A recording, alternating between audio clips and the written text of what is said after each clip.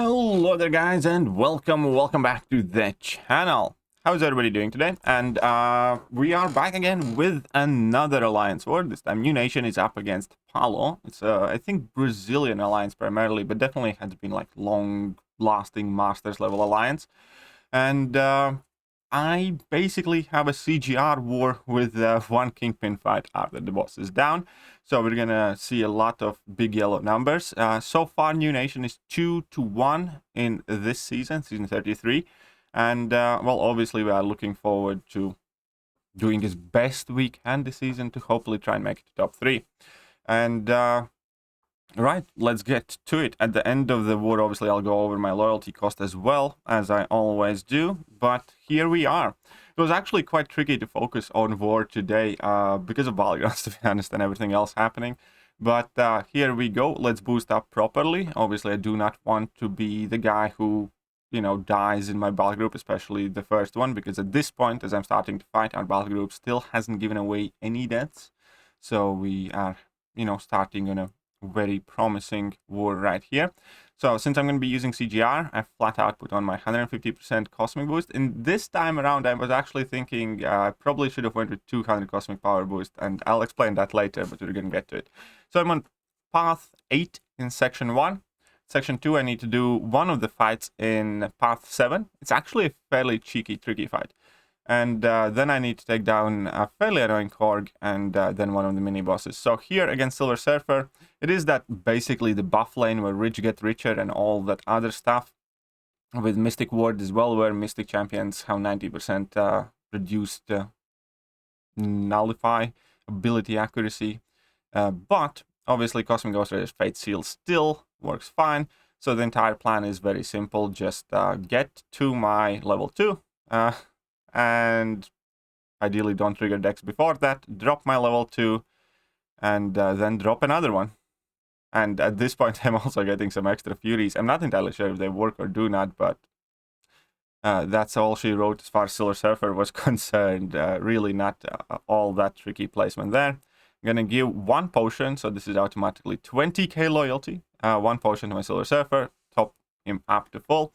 Captain Marvel now. Now, against Captain Marvel, you do need to be careful for when she purifies all of your debuffs and enters the binary, obviously, because then she can go unblockable on level 2 and level 1. And, you know, she can hit a lot harder, and most importantly, she gets rid of all the debuffs. And that's not something we want. Now, Cosmic Ghost Rider's basic attacks are not energy aside from first and last medium, which is obvious that I do, and a heavy attack. So by the time I get to my first level 2, we can see that she has entered binary. She did purify everything, but she's in 4%. I'm at level 3. So she did purify everything, but a little too late kind of thing. And yeah, obviously that entire clip. But let's just take a look at that beautiful level 2. Here we can see her health absolutely being wiped out. And that gave me 3 bars. And, you know, fine, she got rid of all the armor breaks, which, you know, would matter significantly to reduce my damage. But she had 4%, so what you can do about it? So she dead. And then I need to move on to my section 2, where a teammate of mine was already waiting, and I need to take this Green Goblin. Now, this Green Goblin is actually a very, very good placement. He is an annoying fight here because his level 1 is very super hard to dex, and he often doesn't throw those special attacks, and then he can regenerate and all of the other things. And I'm actually not going to be doing this fight perfectly. Initially, I wanted to have Power Start 1 boost for this fight because I know that Green Goblin reduces my power gain, and that is super annoying with Cosmic Ghost Rider. But I noticed that I had Indestructible 3 boost active, and I just figured, you know, I might as well try and squeeze that in. I shouldn't have. That was a mistake. As we can see here, I have triggered my power gain, and I'm not even close to level 2 yet. And he's going to draw his level 1, and he is nearly at 2 bars of power. But it's fine. I'm still going to go in for my level 2. I do not have the precision buff, so not much of it crits. So I get back a lot less power, still nearly a bar. But he has 12 armor breaks. He is quite close to level 3. But, you know, at this point, I knew that I'm going to have enough damage to finish off the fight anyway. So I just parried, which let him get level 3. And that's fine.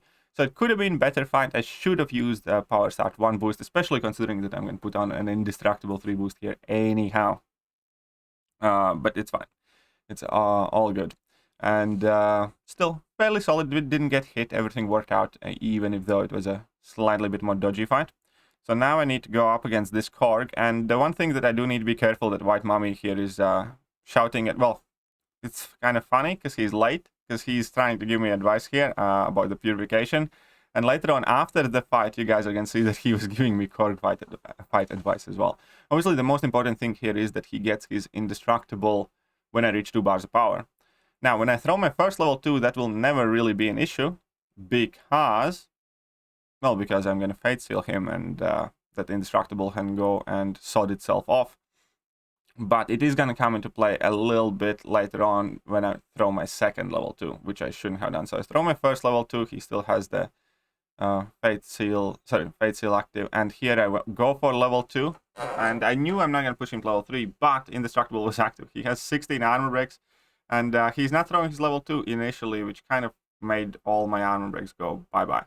Which, again, is fine. It's not the biggest deal. I'm at 3 bars of power. That's okay. I have 4 judgments here. I was trying to figure out which judgment I do not have. But, you know, it's Cosmic Ghost Rider. I don't need to worry about my medium attacks. So at this point, I'm going to drop my level 3. He didn't have any rock stacks active, so that does okay-ish damage, even though there are no armor breaks. And here at this point, I just need to land a few hits to finish out the fight, thanks to that Fury. It's not the greatest, not the quickest Cosmic Ghost Rider fight. Again, I'm still kind of getting more used to using Cosmic Ghost Rider in Alliance War, because in general, Cosmic Ghost Rider is not necessarily the champion I have been using the most. And again, we had to fill in like a sheet with which champions we feel most comfortable in Alliance War as like our primary attackers. And once again, I didn't add in Cosmic Ghost Rider because I really don't feel all that confident with him.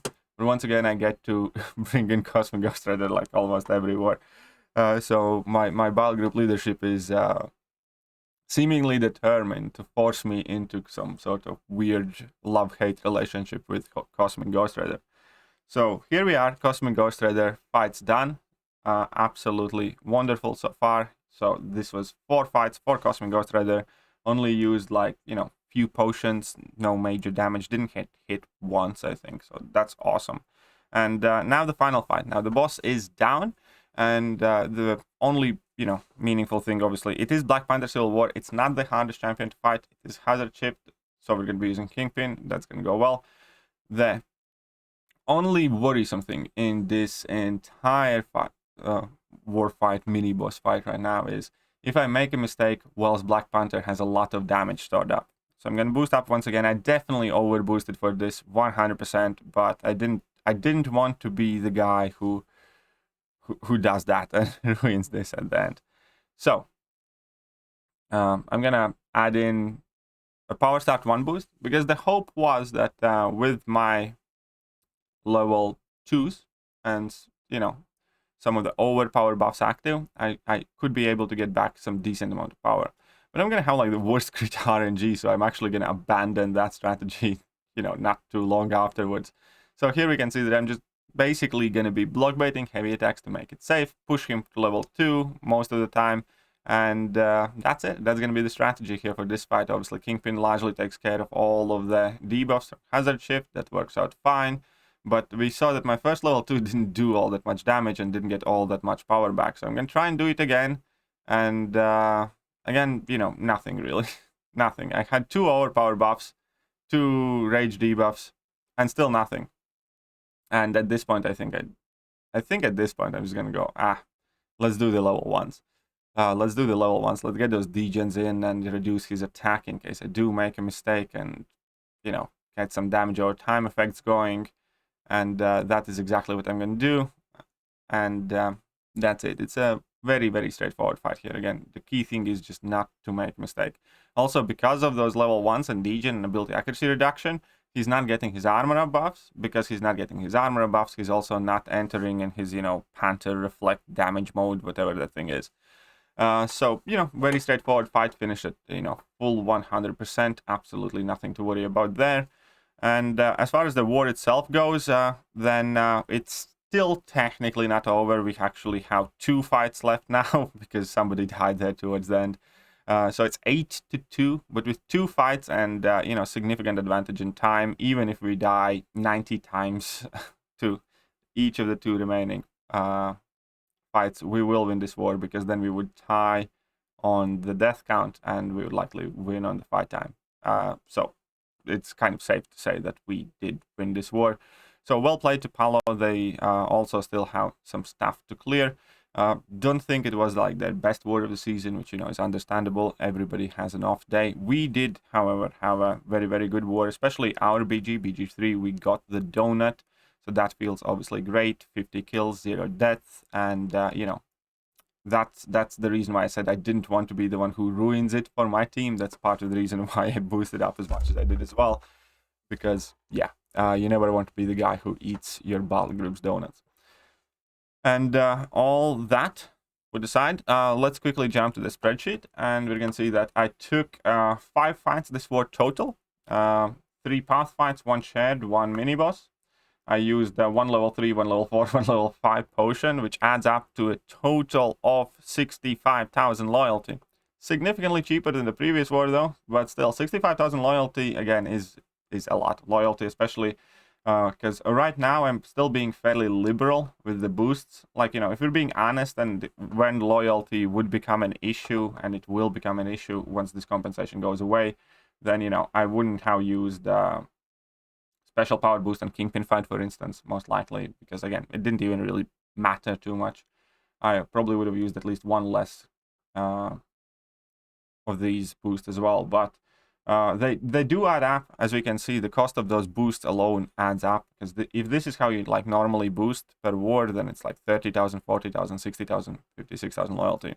And strictly speaking, then when we put everything in comparison, like at the moment, considering that I have only used 10, 11 potions total, and not all of them are the highest rarity, considering that I only have used 11 potions, 3 of whom are like level 3 smaller potions, and I have spent that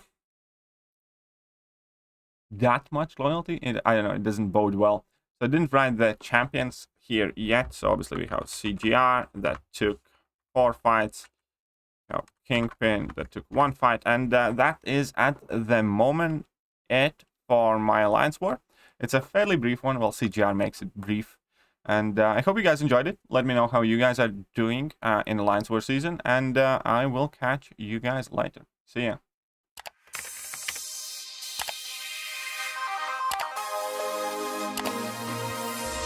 Hello there guys, and welcome back to the channel. So we have all the information about the